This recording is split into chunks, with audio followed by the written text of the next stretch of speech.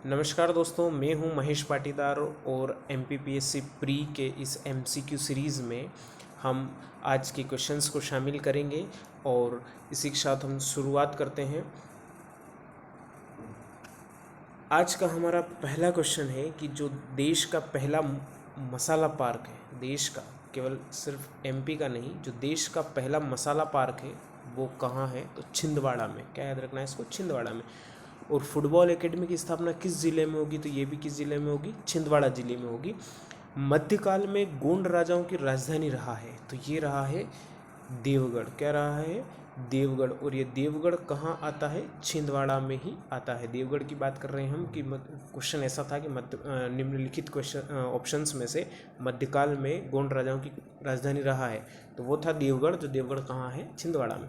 देश का पहला आवासीय स्कूल, आवासीय स्कूल मतलब वहीं रहना, खाना पीना और गेम्स से रिलेटेड जो स्कूल है या खेल विद्यालय है वो कहाँ है? सीहोर में, सीहोर डिस्ट्रिक्ट में। ठीक है। फिर हम अगले क्वेश्चन की बात करेंगे कि मध्य प्रदेश के गठन के समय, मध्य प्रदेश का जब गठन हुआ था तो उसके पहले निजाम मशरिफ नाम से किसे जाना जाता था? तो निजाम मशरिफ नाम से जाना जाता था सीहोर को। किसको जाना जाता था? सीहोर को। और जो भोपाल है, पहले मध्य प्रदेश की ही एक तहसील थी, उसको बाद में 1972 में एक अलग नया जिला बनाया गया। अगला है कि बादल भोई आदिवासी कला संग्रहालय कहाँ स्थित है? तो इसमें कंफ्यूज नहीं होना है, ये बादल भोई है। क्या है लिखा हुआ है नाम? बादल भोई आदिवासी कला संग्रहालय। तो बादल भोई का जब नाम आ जाए तो ये छिंदवाड़ा में। कहाँ है ये? छिंदवाड़ा में। और केवल जनजाति कला संग्रहालय रहे तो ये भोपाल में। इन दोनों क्वेश्चंस में कंफ्यूज नहीं होना है कि यदि वो पूछता है कि बादल भोई आदिवासी कला संग्रहालय, तो वो स्थित है कहाँ पे? छिंदवाड़ा में, पातालकोट में। और जनजाति कला संग्रहालय की अगर बात करें तो ये है भोपाल में। फिर अगले क्वेश्चंस की हम बात करेंगे कि भारत की कॉर्न या मक्का सिटी किसको कहा जाता है? एमपी की नहीं, भारत की मक्का सिटी या कॉर्न सिटी किसको कहा जाता है? ये कहा जाता है छिंदवाड़ा को। किसको कहा जाता है? छिंदवाड़ा को। दलहन अनुसंधान एवं, एक तो दलहन अनुसंधान व अंतर्राष्ट्रीय कृषि अनुसंधान केंद्र, ये दोनों प्रस्तावित है। कहाँ है ये? अमला सीहोर के अंदर आता है, अमलाई। वहाँ पे दलहन अनुसंधान व अंतर्राष्ट्रीय कृषि अनुसंधान केंद्र दोनों ही वहाँ पे प्रस्तावित है। फिर एक मंशु ओझा करके एक व्यक्तित्व है, जनजातीय व्यक्तित्व, मंशु ओझा। तो ये किससे संबंधित है? तो मंशु ओझा जो है ये घोड़ा डोंगरी का एक, बैतूल में घोड़ा डोंगरी में एक वो हुआ था आदिवासी आंदोलन, उससे संबंधित है कौन? मंशु ओझा। अगला क्वेश्चन आता है कि जो पेमा फाल्या है, पेमा फाल्या, इसका संबंध, ये बहुत चर्चा में रहे हैं पेमा फाल्या, क्योंकि जो पिथौरा चित्रकला है, ये पिथौरा चित्रकला से संबंधित है पेमा फाल्या। और ये पिथौरा चित्रकला क्या होता है? आदिवासियों की, खासकर भील जो जनजाति है उसकी पिथौरा चित्रकला फेमस है। और ये पेमा फाल्या का संबंध अलीराजपुर से है। और इनको 2007 में क्या मिला हुआ था? तुलसी सम्मान। और 1986 में इनको पहले शिखर सम्मान मिला था। और 2007 में उनको तुलसी सम्मान भी मिला हुआ है। फिर हम अगले क्वेश्चंस की बात करेंगे कि पेमा फाल्या के बाद हमारे पास नाम आता है कि मध्य प्रदेश की प्रथम महिला उप मुख्यमंत्री, मध्य प्रदेश की प्रथम महिला उप मुख्यमंत्री 1998 में बनी थी। वह प्रथम महिला नेता प्रतिपक्ष जो कांग्रेस की तरफ से बनी थी, वो 12वीं विधानसभा में मध्य प्रदेश में होने का ये गौरव किसको प्राप्त है? तो ये है जमुना देवी। कौन है जमुना देवी? कहाँ, किस जिले से संबंधित है? तो धार से संबंधित है। धार में सरदारपुर करके एक लोकसभा विधानसभा क्षेत्र है, वहाँ से चुनाव जीतती थी, या वहाँ इनकी सीट है। और ये मध्य प्रदेश की पहली महिला उप मुख्यमंत्री भी थी और ये नेता प्रतिपक्ष भी रही है। फिर बात करते हैं माखनलाल चतुर्वेदी समारोह। ये थोड़ा कंफ्यूज करने वाला क्वेश्चन है कि जो माखनलाल चतुर्वेदी समारोह है ये कहाँ होता है? तो माखनलाल चतुर्वेदी समारोह मध्य प्रदेश में होशंगाबाद में नहीं होता है, ध्यान रखना। ये खंडवा में होता है। कहाँ होता है? ये खंडवा में मनाया जाता है। तो मध्य प्रदेश का जो माखनलाल चतुर्वेदी समारोह है ये मध्य प्रदेश में खंडवा में आयोजित होता है। कहाँ होता है? खंडवा में। तो इसको लेके कंफ्यूज नहीं होना है। हमारे पास अगला क्वेश्चन है कि मध्य प्रदेश का सोमनाथ किसे कहा जाता है? तो मध्य प्रदेश का सोमनाथ कहा जाता है भोजपुर के शिव मंदिर को। भोजपुर के शिव मंदिर को हम क्या कहते हैं? मध्य प्रदेश का सोमनाथ। फिर हम आगे चलेंगे कि अवनालिका अपरदन से प्रभावित जिला कौन सा है। जो अवनालिका अपरदन है ये कहाँ किस साइड होता है, ये जो चंबल नदी निकल के वो मध्य प्रदेश के ये ऊपरी हिस्से में जाती है, भिंड मुरैना या ग्वालियर संभाग जिसको हम कहते हैं, चंबल संभाग जिसको हम कहते हैं, ये सर्वाधिक इससे क्या हो जाता है प्रभावित है, जिसमें भिंड मुरैना श्योपुर है। लेकिन सबसे ज़्यादा सर्वाधिक प्रभावित की बात करें तो ये कौन सा है, मुरैना जिला है। ठीक है, मध्य भारत का जो पठार है उसका क्षेत्रफल प्रतिशत की दृष्टता से क्षेत्रफल कितना है, 10.7%। कितना है, 10.7%। और सरसों के हांडी कहा जाता है मध्य भारत के पठार को। और यहाँ की जो जनजाति है वो शहरिया जनजाति है। मध्य भारत का पठार कहाँ पड़ता है, उत्तर पश्चिम में। और सबसे कम लिंगानुपात भी मध्य भारत के पठार में ही, और सबसे कम वर्षा भी कहाँ पे है, मध्य भारत के पठार में। और यहाँ नदी की बात करें तो चंबल नदी मध्य भारत के पठार से संबंधित है। इतनी चीज़ें याद रखना है कि मध्य प्रदेश की कुल प्रतिशत वाइज एरिया की हम बात करें तो 10.7, और सरसों के हांडी कहा जाता है। और इस पर जनजाति कौन से संबंधित है, तो सहरिया। और सबसे कम लिंगानुपात कहाँ मिलता है हमको, मध्य भारत के पठार में। और वर्षा भी सबसे कम यही होती है। और नदी कौन सी है प्रमुख उधर की, चंबल नदी। चलो क्वेश्चन नंबर 19 है कि मालवा के पठार की जलवायु कैसी है। तो सभी जानते हैं कि मालवा के पठार की जलवायु कैसी है, समशीतोष्ण। किस टाइप की जलवायु यहाँ पे, समशीतोष्ण जलवायु है। और यहाँ चीनी यात्री फायान आया था, उसने भी पूरी दुनिया घूमी थी, तो उसने भी मालवा की पठार की जो जलवायु है इसको विश्व की सर्वश्रेष्ठ जलवायु कहा था, कि न ज़्यादा गर्मी, न ज़्यादा उमस और न ज़्यादा ठंड यहाँ पर गिरती है। अगला क्वेश्चन है कि जो बुंदेलखंड की सर्वोच्च चोटी है, बुंदेलखंड की जो सर्वोच्च चोटी है कौन सी है, तो बुंदेलखंड की सर्वोच्च चोटी सिद्ध बाबा। कौन सी है, सिद्ध बाबा, जो 1172 मीटर है। कितनी है, 1172 मीटर बुंदेलखंड की सर्वाधिक चोटी सिद्ध बाबा है, जो कहाँ है, भांडेर। भांडेर क्या है, एक सीरीज़ है जो विंध्याचल पर्वत है, इसकी एक सीरीज़ है, उत्तर पूर्वी सीरीज़ है जिसका नाम है भांडेर। और ये दतिया जिले में पड़ती है। उसकी सबसे ऊंची चोटी कौन सी, सिद्ध बाबा। पेनिसिलिन की खोज किसने की थी, तो पेनिसिलिन की खोज अलेक्जेंडर फ्लेमिंग ने की थी। कब, 1928 में, 1928 में पेनिसिलिन की खोज की गई थी। अब जापानी सरकार ने किसे ऑर्डर ऑफ राइजिंग सन, है ना, ये याद रखना कि जो ऑर्डर ऑफ राइजिंग सन है इससे किसे सम्मानित किया गया, तो एक जापानी शिक्षिका है जिसका नाम है श्यामला गणेश। क्या नाम है उसका, श्यामला गणेश। और ये बेंगलुरु से संबंधित है और ये जापान में टीचिंग का काम करती है।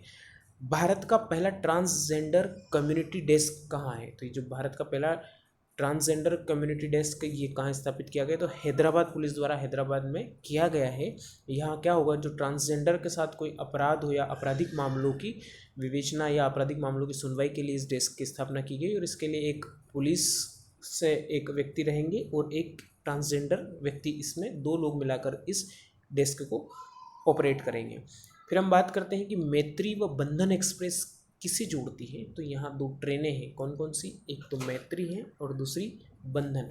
मैत्री और बंधन दोनों ही किससे संबंधित है, ये संबंधित है अपने भारत की जो कोलकाता है, भारत में पश्चिम बंगाल में कोलकाता, और बांग्लादेश में जो ढाका है, बांग्लादेश की राजधानी क्या है, ढाका। इन दोनों के बीच में एक ट्रेन चलती है जिसका नाम मैत्री, और दूसरी जो ट्रेन चलती है उसका नाम है बंधन। तो इसको बहुत अच्छे से ध्यान रखना है, पाकिस्तान के साथ कंफ्यूज नहीं होना। मैत्री तो पाकिस्तान में समझौता एक्सप्रेस चलती है, और बांग्लादेश के साथ कौन सी चलती है, मैत्री और बंधन। आदिवासी अनुसंधान एवं विकास संस्थान, आदिवासी का अनुसंधान और जो विकास डेवलपमेंट है, रिसर्च एंड डेवलपमेंट इंस्टीट्यूट, ये कहाँ है, भोपाल में है।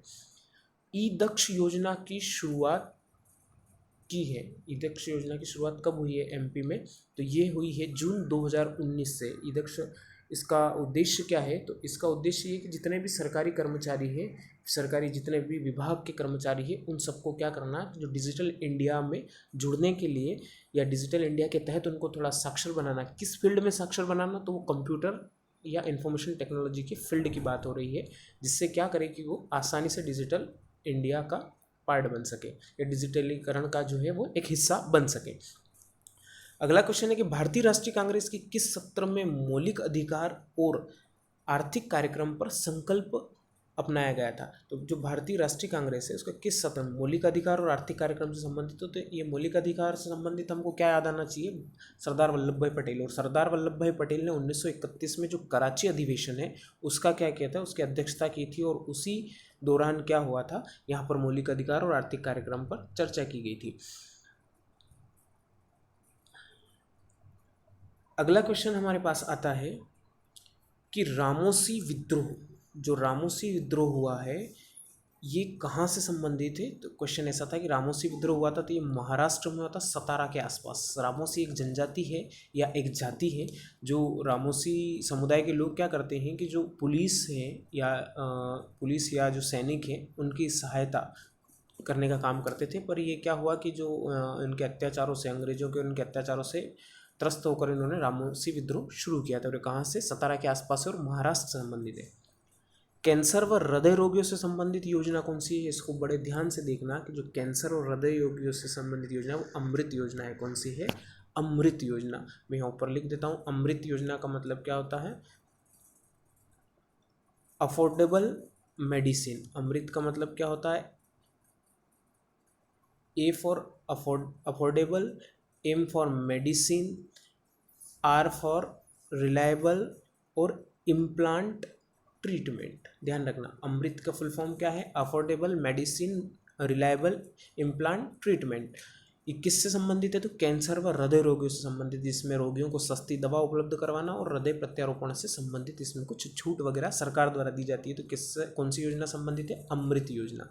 ठीक है, याद रहेगा। फिर अगला क्वेश्चन है कि जो मुख्यमंत्री कृषक फसल योजना या फसल मुख्यमंत्री कि जो कृषक फसल उत्थान सहायता योजना है ये किस विभाग से संबंधित है या किस विभाग ने शुरू की थी, इसमें बिल्कुल कंफ्यूज नहीं होना है। ये कौन सा है, नागरिक खाद्य आपूर्ति विभाग। कौन सा विभाग है, नागरिक खाद्य आपूर्ति विभाग। और इस साल बजट में इसके लिए 200 करोड़ रुपए की क्या कर दी गई है, 200 करोड़ का इस पर बजट आवंटित किया है इसको। और 2021-22 के बजट में इसको 2000 करोड़ रुपए मिल।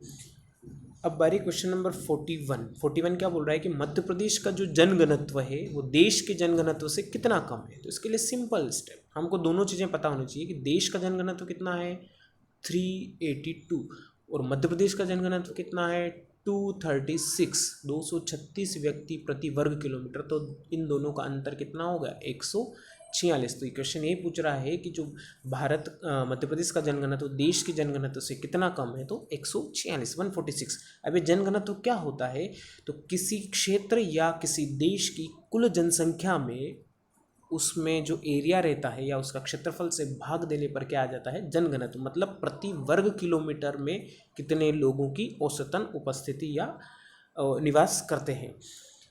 अगला क्वेश्चन हम देखेंगे कि जो भोपाल नगर निगम की स्थापना है वो कब हुई थी। ये क्वेश्चन बड़ा इंटरेस्टिंग है, इसको अच्छे ध्यान से देखना, कंफ्यूज नहीं होना है। नगर निगम की बात कर रहा है वो कि भोपाल नगर निगम की स्थापना कब हुई थी। ठीक है, भोपाल जिला कब बना है, ये अगर क्वेश्चन पूछे तो कब बना जिला भोपाल, ये बना है 1972 में। अब 1972 में तो बना, तो पहले किसके साथ था असिस्ट, ये सीहोर के साथ, सीहोर जिले की एक तहसील बनी हुई थी। इसको 1983 में क्या कर दिया गया, नगर निगम बना दिया गया, नगर निगम की स्थापना कर दी गई।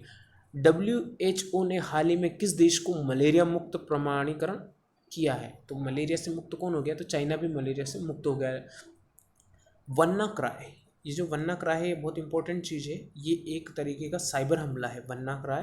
इस 2017 जो है उसमें अपने देश में WannaCry जो साइबर हमला, इससे बहुत पीड़ित रहे थे, वो 5 शहर रहे थे, बहुत ज़्यादा इफेक्ट रहा था। इसमें क्या, रेंसमवेयर मतलब कि जो लोगों का डाटा था उन लोगों ने हैक करके उसको क्या फ्रीज कर दिया था। मतलब उसको जिन व्यक्ति का जो डाटा है उसको एक्सेस नहीं कर पा रहे थे और उसके बदले में वो रैंसम या फिरौती मांग रहे थे। तो WannaCry किससे संबंधित है, साइबर हमले से। और इसके सबसे ज़्यादा प्रभावित जो सिटी रही वो हमारे देश में 5 थी, दिल्ली, बॉम्बे, कोलकाता, पुणे और बेंगलोर या भुवनेश्वर जो उड़ीसा का है। ये 5 जो सिटी है सबसे ज़्यादा प्रभावित रही थी। तो WannaCry क्या है, साइबर हमला है और ये 2017 में बहुत फेमस चर्चा में रहा था। अब एक क्वेश्चन आया था कि रूहर औद्योगिक क्षेत्र किससे संबंधित है, तो रूहर औद्योगिक क्षेत्र जो है जर्मनी से संबंधित है। किससे संबंधित है, जर्मनी से रूहर औद्योगिक क्षेत्र। अब यहाँ हमको क्या देखना है, कुछ औद्योगिक क्षेत्र है, इनको बहुत अच्छे से याद रख लेना है, विश्व भूगोल में आते हैं ये। पहला है लॉरेन। लॉरेन जो औद्योगिक क्षेत्र है किससे संबंधित है, किस देश में है, तो ये फ्रांस में। Lauren France. ब्रिस्टल इंग्लैंड में है। इंग्लैंड से क्या लाएंगे हम, ब्रिस्टल। और लॉरेन कहाँ है, फ्रांस में। और रूहर क्या है, जर्मनी में। रूहर कहाँ है, जर्मनी में। और सैक्सोनी ये भी कहाँ का है, जर्मनी का औद्योगिक क्षेत्र। आज के इस सेशन में हम कुल 45 क्वेश्चन कवर करते हैं। उम्मीद है कि यह सेशन अच्छा लगा होगा। इससे आगे के क्वेश्चन हम अगले सेशन में यानी कि कल लेके आएंगे। धन्यवाद।